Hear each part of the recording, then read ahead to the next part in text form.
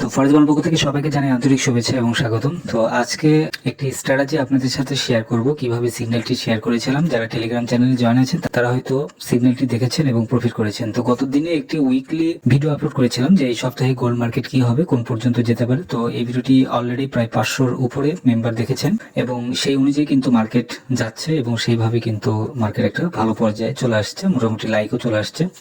তো দেখুন, আমি আজকে একটি সিগন্যাল শেয়ার করেছিলাম পাবলিক চ্যানেলে, টেলিগ্রামের পাবলিক চ্যানেলে। তো সেই সিগন্যালটি ছিল এখানে দেখুন, এবং সিগন্যালটি দেওয়ার আগে আমি সবাইকে সতর্ক করে দিই যে কিছুক্ষণের মধ্যে সিগন্যালটি চলে আসবে। এটা আমি নতুনই শুরু করেছি, কারণ অনেকেই মিস করে ফেলেন।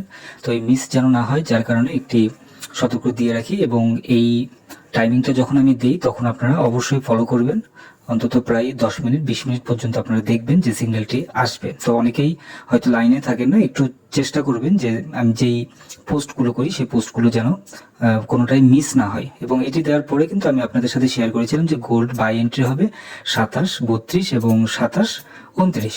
তো এখানে দেখুন বাই এন্ট্রি যেটা ছিল আপনারা এখানে একদম ক্লিয়ার বুঝতে পারছেন। এবং এই যে উপরে আপনার এটা হচ্ছে পাবলিক চ্যানেল টেলিগ্রামের।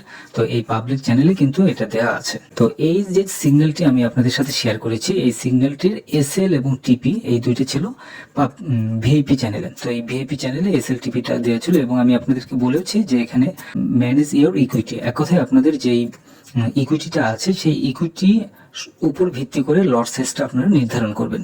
তো এটি ছিল হচ্ছে মূলত ব্যাপার। এবং এটি দেখুন এখানে কিন্তু প্রফিট হয়েছে আজকের দিনে প্রায় $337 মতো এখানে প্রফিট হয়েছে। এবং এই প্রফিটটা কিন্তু ভিআইপি চ্যানেলে যারা মেম্বার আছেন তারা কিন্তু আরো বেশি করেছে। এটি আমার জাস্ট আমি নিজে অ্যাকাউন্টে ট্রেডিং করেছি, সেই প্রফিটে আমি আপনাদের সাথে শেয়ার করেছি।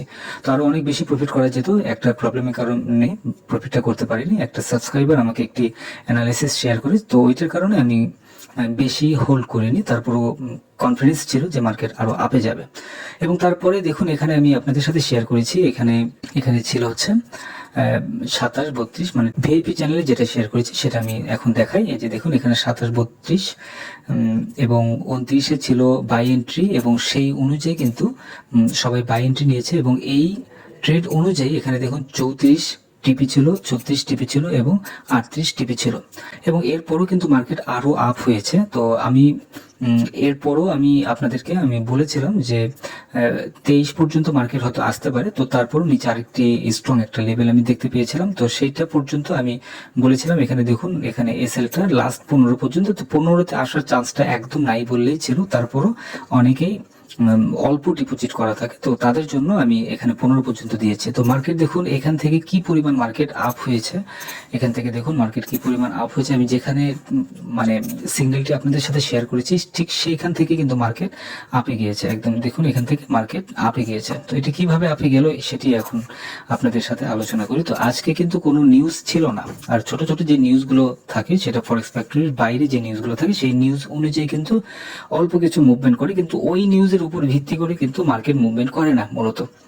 তো এখানে দেখুন আমি একটি লাইন টেনেছি, যেমন ধরুন এখানে আমি দুইটা টার্গেট করেছিলাম এখানে, যেমন এই যে এখানে একটা সাপোর্ট এখানে দেখতে পাচ্ছেন, এই সাপোর্টটা, এবং এখানে একটা সাপোর্ট আছে এবং এইখানে একটা সাপোর্ট এখানে তৈরি হয়েছে এবং এখানে একটা পিন বার তৈরি হয়েছে। এই পিন বার অনুযায়ী কিন্তু অলরেডি মার্কেট আপে গিয়েছে এবং উপর থেকে কিন্তু নিচে চলে আসছে। তো এখানে দেখুন একটা মনোযোগ সহকারে শুনবেন, তাহলে প্রফিট অনেক বেশি করতে পারবেন। যদি মনোযোগ না দেন তাহলে কিন্তু মানে কোনো কাজে কিন্তু আপনাদের সফলতা আসবে না। তো সর্বপ্রথম আমি এখানে লাইনটা যেটা টেনেছি সেই লাইন অনুযায়ী কিন্তু দেখুন ওইভাবে কিন্তু গিয়েছে। আমি আরেকটু নিচে যদি আমি ধরি সেটাও কিন্তু ধরা যাবে। যেমন ধরুন এখানে লাইনটা একদম এই জায়গা, এই বরাবরটা যদি আমি ধরি, আমি এটা একটু ছোট করে নিই।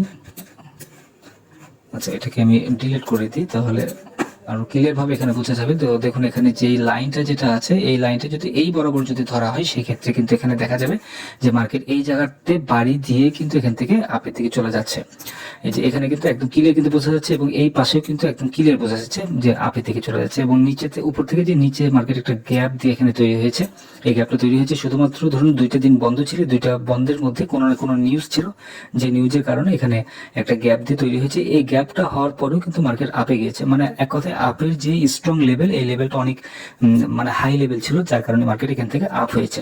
এবং এখানে যখন আমি দেখলাম যে মার্কেট নিচের দিকে চলে আসছে, নিচে একটা সাপোর্ট ছিল, সেই সাপোর্টটা ভাঙতে পারেনি, সেখান থেকে মার্কেট আপে গিয়েছে। এবং এখানে আরেকটা স্ট্রং একটা মুভিং অ্যাভারেজ ছিল, যেটা আমি এর আগেও আপনাদের সাথে শেয়ার করেছি। এখানে 200 মুভিং অ্যাভারেজ এবং এক্সপোনেনশিয়াল মুভিং অ্যাভারেজ, তো এটি অনুযায়ী কিন্তু মার্কেট আপের দিকে গিয়েছে। এখানে 150 মুভিং অ্যাভারেজ এটা কেউ ভাঙতে পারেনি এবং এটাকেও কিন্তু ভাঙতে পারেনি। যদি এটা যদি ভাঙতো, আমি কোথায় এসএলটা দিয়েছিলাম সেটা দেখুন। আমি 23-এ প্রথমে এসএলটা ব্যবহার করেছিলাম মার্কেট অ্যানালাইসিস করার পরে। এখানে 27.8 এবং আমি এসএলটা দিয়েছিলাম হচ্ছে 23-টা, অর্থাৎ হচ্ছে আপনার এই যে এইটার যে নিচে যে এটা আছে, এটার নিচে আমি মানে এসএলটা আপনাদের সাথে শেয়ার করেছি। এই যে এখানে যে এসএলটা আছে, মানে এই সাপোর্ট যেটা আছে, সরি, এই সাপোর্ট অনুযায়ী এটার নিচে কিন্তু আমি দিয়েছি। তো তারপরে আমি দেখলাম যে হ্যাঁ, যদি মার্কেট একটু ফোর্স যদি বেশি থাকে, সেক্ষেত্রে হয়তো দেখা যাচ্ছে আরেকটু মার্কেট নিচে এসে স্পাইক দিয়ে হয়তো মার্কেট এখান থেকে আপ হচ্ছে।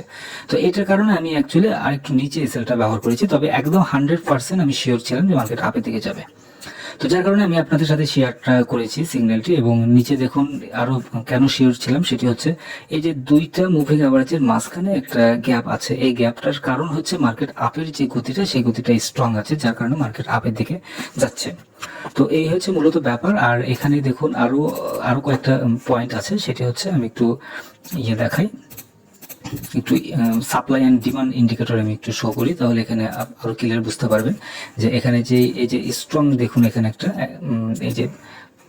এই যে জোনটা এখানে তৈরি হয়েছে, এটা কিন্তু একটা সাপোর্ট, একটা জোন আছে। এখান থেকে কিন্তু মার্কেট এত দূর আসেই নাই, তারপর মার্কেট এখান থেকে আপ হয়েছে। মানে এক কথায় ওই যে মুভিং অ্যাভারেজ যেটা আছে, ওই মুভিং অ্যাভারেজের উপর ভিত্তি করে কিন্তু মার্কেট আপে গিয়েছে। তো এখানে কিন্তু আরেকটা সাপ্লাই তৈরি হচ্ছে। এখানে যে সাপ্লাইটা তৈরি হচ্ছে, এখানে দেখুন এই পর্যন্ত হয়তো থাকবে, দেন কিন্তু মার্কেট আরো নিচের দিকে আসবে। আর এটা যদি একটু পার করে, তাহলে এই 54 কাছাকাছি মার্কেট হয়তো সারা রাতে একটু খোঁচাখুচি করে হয়তো মার্কেট আপের দিকে যেতে পারে। তো এই হচ্ছে মূলত ব্যাপার আজকের মতো। তো যদি মুভিং অ্যাভারেজ ব্যবহার করেন বা এই আপনার সাপ্লাই অ্যান্ড ডিমান্ড ইন্ডিকেটর যদি ব্যবহার করেন, সেই ক্ষেত্রে সাপোর্ট, রেজিস্ট্যান্স এগুলো দেখে যদি ব্যবহার করেন, ট্রেড ওপেন করে, সেই ক্ষেত্রে প্রফিট হওয়ার চান্সটা অনেক অনেক অনেক বেশি থাকে।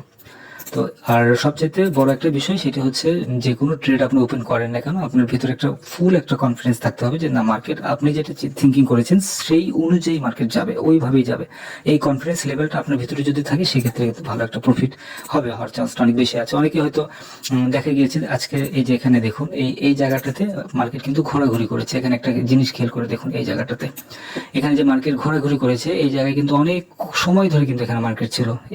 কিন্তু এখানে একটা জিনিস খেয়াল দেখবেন যে এখানে প্রত্যেকটা ক্যান্ডেল গুলো কিন্তু নিচ থেকে উপরের দিকে কিন্তু স্পাইক গুলো বেশি দিয়েছে, এবং স্পাইক দিয়ে কিন্তু প্রত্যেকটা ক্যান্ডেল কিন্তু এখান থেকে উপরের দিকে যাওয়ার চেষ্টাটাই বেশি করেছে। এখানে আরেকটু জুম করি, তাহলে আরো ভালোভাবে বুঝতে পারবেন। এখানে দেখুন, এখানে অনেকেই হয়তো কনফিউজ হয়েছিলেন, অনেকে মেসেজ দিয়েছেন যে ভাইয়া মার্কেট মানে যাচ্ছে না, উপরে যাচ্ছে না। এই উপরে যে যাচ্ছে না, এটা না যাওয়ার কারণটা দেখুন, এখানে অনেক ট্রেডাররা কনফিউজ হয়েছিল যে অ্যাকচুয়ালি এখন মার্কেট মানে কি হতে পারে। তো আমি মোটামুটি শিওর ছিলাম যে মার্কেট এখান থেকে উপরের দিকে যাবে। যেমন ধরুন এখানে একটা স্পাইক কিন্তু এখানে একটা দিয়েছে, দিয়ে উপরের দিকে গিয়েছে, এবং এখানে দেখুন একটা পিন বার তৈরি করেছে, এবং এটাও কিন্তু দেখুন উপরের দিকে কিন্তু প্রেশারগুলো অনেক বেশি ছিল, যার কারণে এখান থেকে কিন্তু মার্কেট অ্যাভারেজে কিন্তু উপরের দিকেই কিন্তু গিয়েছে। এখান থেকে দেখুন একবারে প্রত্যেকটা ক্যান্ডেল অনুযায়ী কিন্তু মার্কেট আপের দিকে যাচ্ছে এবং আপের দিকে গিয়েছে। তো এটির কারণে আমি একদম শিওর হয়েছিলাম যে মার্কেট আপের দিকে যাবে, যার কারণে আমি আপনাদের সাথে সিগন্যালটা আমি শেয়ার করেছি। তো আশা করি বুঝতে পেরেছেন। আর শুধুমাত্র মানে একজনের সিগন্যালের উপর ভরসা করে ট্রেডিং করা ঠিক না। আমি চাই যে আপনার প্রত্যেকটা ট্রেডের প্রত্যেকটা সাবস্ক্রাইবার যেন আপনারা ভালো ভালো সিগন্যাল আপনার ক্রিয়েট করতে পারেন, দেন দেখা যাবে যে কারো কোনো সিগন্যাল আপনাদের ফলো করতে হবে না। আর এখানে দেখুন এই যে মুভিং অ্যাভারেজ যেটা আছে, এই মুভিং অ্যাভারেজ এখানে একটা ক্রসিং হয়েছে। এই ক্রসিং হওয়ার কারণে কিন্তু মার্কেট দেখুন একদম উপরের দিকে চলে গেছে, এবং যত উপরে যাচ্ছে তত কিন্তু এখানে মাঝখানে কিন্তু এই গ্যাপটা কিন্তু বেশি হচ্ছে। এই গ্যাপটা হওয়ার কারণটাই হচ্ছে মূলত যে মার্কেটের আপের যে প্রেশার, এই প্রেশারটা অনেক বেশি আছে। তো আশা করি বুঝতে পেরেছেন। ধন্যবাদ সবাইকে পরিমাণের সঙ্গে থাকার জন্য। ভিডিওটি যদি ভালো লেগে থাকে অবশ্যই কমেন্টের মধ্যে জানাবেন, লাইক করতে ভুলবেন না। আর আরো যদি স্পেশাল ডেইলি যদি $100 যদি প্রফিট করতে চান, তাহলে অবশ্যই ভিআইপি চ্যানেল জয়েন করবেন। ধন্যবাদ সবাইকে পরিমাণের সঙ্গে থাকার জন্য।